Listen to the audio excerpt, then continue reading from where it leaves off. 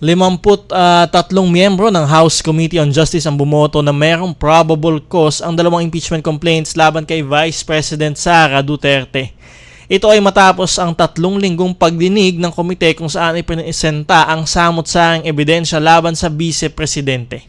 Hindi dumalo si VP Sara sa mga pagdinig at sinabing fishing expedition ang ginagawa ng komite, kasunod ng tangkang pagpapatigil nito sa Korte Suprema. Inaasahan naman ang report ng komite sa susunod na linggo, kabilang na ang articles of impeachment na iprepresenta sa plenaryo.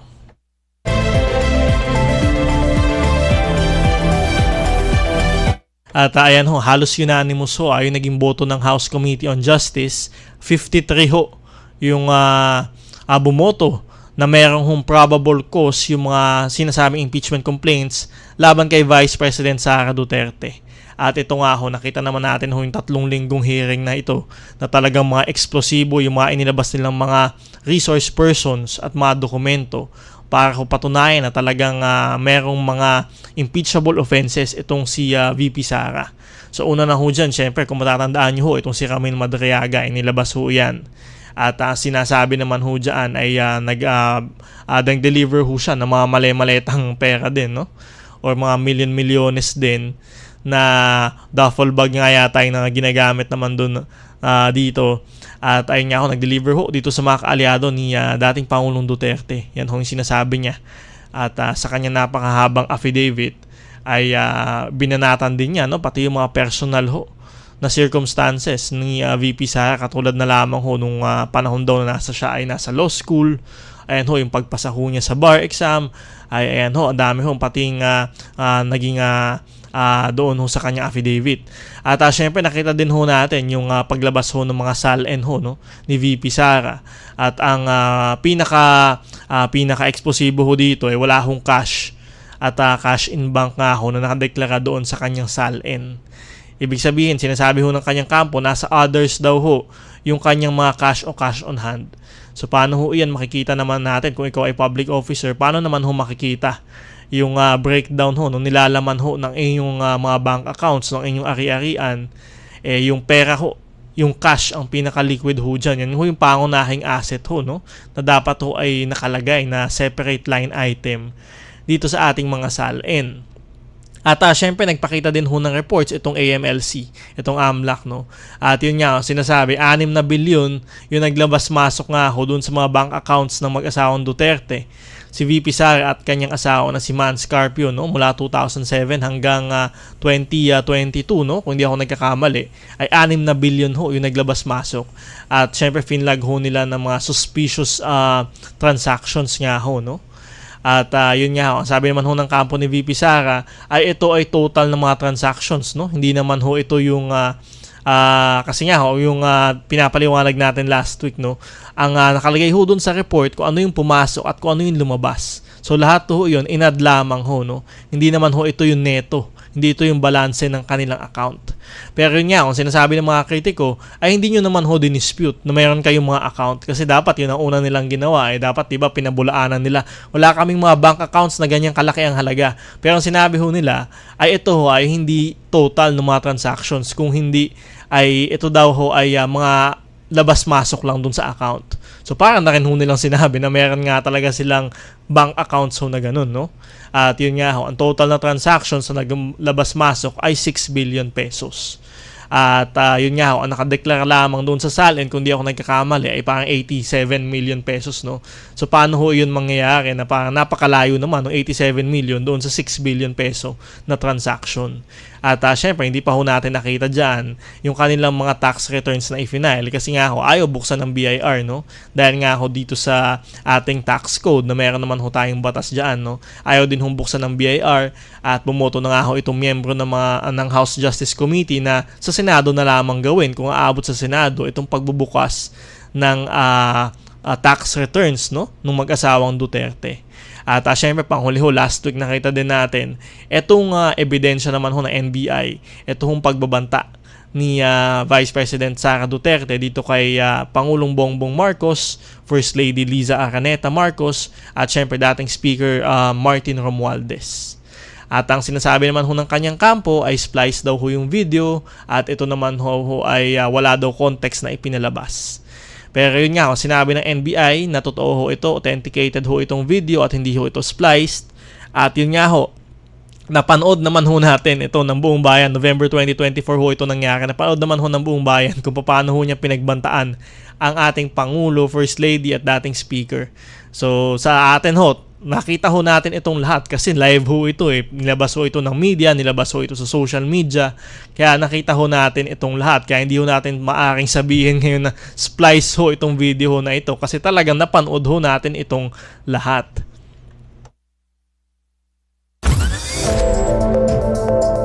Ngayon ho, ano ho yung susunod na mangyayari? Kasi ho, syempre nagdetira na ho sila ng probable cause itong mga miyembro nitong House Committee on Justice. So gagawa na ho sila ng report, sabi ho nila gagawin ho nila ngayong linggo at yung mga articles of impeachment gagawin na rin ho nila para ho ipasa na dito sa plenary, no? Sa plenaryo ho. At kapag ho naka 1/3 na boto ito, no? 1/3, ang sinasabi na ho nila doon sa bilang ho ngayon, 106 yung kailangan na bumoto in favor of impeachment ni Vice President Sara Duterte. Kapag naka 1/3 ho na votes doon sa plenaryo, ay itatransmit na ho ito sa Senado. So, ayan ho, nakita ho natin. Ang hindi nga lamang ho maganda dito kasi hindi ho natin naririnig yung panig ni VP Sara. No? Sa 3 linggo ho na iyon, iniimbitahan naman ho siya, kaya lang ho, hindi ho siya naglalabas ng kanyang panig. So, kung maglabas man ho sila, yung kanyang kampo ay doon ho sa mga press con ho nila. At hindi naman ho buong buo tinatalakay yung kanilang mga argumento, no, laban ho doon sa mga nagawa or nangyari doon sa House Committee on Justice hearing. So tayo ho, syempre, ang nalalaman lang ho natin, narinig lamang ho natin yung ebidensya ho nung kabila, nung prosecution. So kung kaya ho, sabi nga din ho ng mga kritiko, hindi na rin ho talaga sila magtataka kung merong sabihing may probable cause itong impeachment complaints laban kay Vice President Sara Duterte, hindi naman ho natin narinig yung kanyang panig. Ang sinasabi ho niya kasi fishing expedition daw ho itong nangyayaring pagdinig ho na ito. Sinasabi pa rin ho na walang ultimate facts. At ayan ho, humingi ho sila ng tulong sa Supreme Court para maipatigil itong mga pagdinig. Pero wala ho silang sinasabi dun sa kampo ho nila kung ano talaga yung kanilang mga ebidensya o mga argumento laban dito sa mga narinig ho natin. So mga pailan-ilan lamang ho, pasundot-sundot lamang yung mga pagsagot nila. Pero yung full nga ho, ay wala pa rin ho tayong naririnig. Kaya kung aabot ho ito sa Senado, syempre yan ho ang mapapanood natin. Kasi sa Senado, ito yung sinasabi nilang trial na talaga, no? At yung mga senator judges nga ho, ay yung Senado ay will be sitting as an impeachment court. So doon ho natin makikita yung talagang korte ho na talaga, no? Na pag-uusig, na pagpapresenta ng ebidensya na magkabilang panig.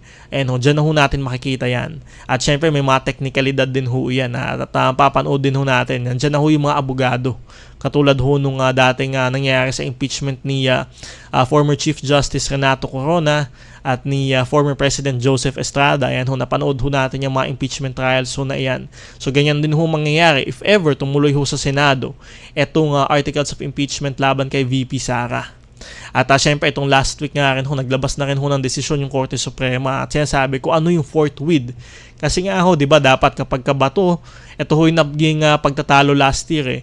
Dapat ho pagkabato ng articles of impeachment sa Senado, dapat ho sinimulan nila yung impeachment trial forthwith o di kaya immediately, agad-agad. Pero sabi naman ho ng Supreme Court or Korte Suprema dito sa kanilang naging desisyon etong last week nga ho, no? Sinasabi niya, hindi naman agad-agad immediately. Forthwith, kailangan simulan yung impeachment trial. Ang sinasabi nila, dapat ho may reasonable time, no? Para ho simulan itong impeachment trial. So, depende daw ho ito doon sa mga circumstances o sitwasyon o doon sa sinasabing kaso nga ho, no? So, ibig sabihin, maaaring magdagdag ho ng panahon o magbawas itong Senado para ho magsimula yung impeachment ng isang impeachable officer. So yun ho ang nilinaw ng Korte Suprema. Dapat ho may reasonable period, reasonable time, no, para ho simulan itong impeachment trial. So ibig sabihin ho, hindi ho dapat sobrang tagal, hindi rin naman ho dapat sobrang bilis na agad-agad ay masimulan yung impeachment trial kasi nga ho depende ho ito sa magiging preparasyon pa rin, no, ng Senado. At syempre makikita ho natin yung Senado kung talaga ho magko-convince sila as an impeachment court. Ayan ho, ay makikita ho natin yung possible conviction din ho, no? At kung gaano katatagal nga ho itong impeachment trial ni VP Sara. So syempre kapag ho siya ay na-convict, ay matatanggal ho siya sa posisyon bilang vice presidente, at syempre meron ding hong perpetual disqualification from holding public office. Ayan ho yung medyo matindi ho dyan kasi hindi na ho siya maaaring humawak ng kahit anong posisyon sa gobyerno, no? Appointive, elective nga ho kapag ho siya ay napatunayang guilty dito sa impeachment. So ano ho ibig sabihin ho niyan? Nagdeklara na ho siya na siya ay tatakbo sa 2028 kapag ho siya ay napatunayang guilty at naglabas ho ng ganoong penalty itong Senado, ay ayun nga ho, ay maaaring hindi na ho siya makatakbo bilang Pangulo sa 2028. Kaya ayan ho, haabangan ho natin yan. Kaya malakas ho, mataas ho yung at stake ho dito. Hindi lamang ho yung posisyon niya sa kasalukuyan na Vice President, kundi rin yung pagtakbo ho niya sa 2028. So sa Senado ho, 24 ho ang mga senador, kailangan ho dyan ay 2/3, no? Para ho siya ay makonvict. So ilan bilang ho niyan? 16 ho ang kailangan. So 16 ho. At yun nga ho, para ho siya ay makonvict, 2/3 nga ho, no, nung bilang ng mga senador. So meron ho bang bilang para siya ay makonvict? O meron din ho ba siyang bilang, ayan ho, para ho naman ay hindi siya makonvict? So yan ho yung makikita natin sa mga susunod na araw. Pero ang sa atin lamang ho ay sana ho ay masagot ho, no, ang mga paratang ho sa kanya. Kasi ho ang taong bayan naman ho ay may karapatan para ho malaman kung ano talaga yung nangyari nga ho dito sa confidential funds, dito sa kanyang mga sinasabing bank accounts. Ay ayan ho, pati na rin ho dun sa pagbabanta doon sa Pangulo. May karapatan ho ang taong bayan, syempre lalo na ho yung kanyang mga taga-suporta, para ho malaman nila ano talaga ba yung rason bakit ho nangyari itong mga bagay ho na ito, at talaga bang totoo ho ba itong mga bagay na ito. So hindi lamang ho yung taong bayan, lalo na ho yung kanyang mga supporters, hindi ho ba, na talagang dapat ho ay pagpaliwanagan ho niya. Kasi ho, nakatanggap po siya 34 million votes noong itong huling eleksyon. Ay yung 34 million ho ay naghihintay ho ng kanyang paliwanag dito sa confidential funds, dito sa kanyang mga tagong allegedly tagong yaman. At syempre ano ho yung magiging depensa ho niya dito sa pagbabanta na ginawa dito kay Pangulong Marcos Jr.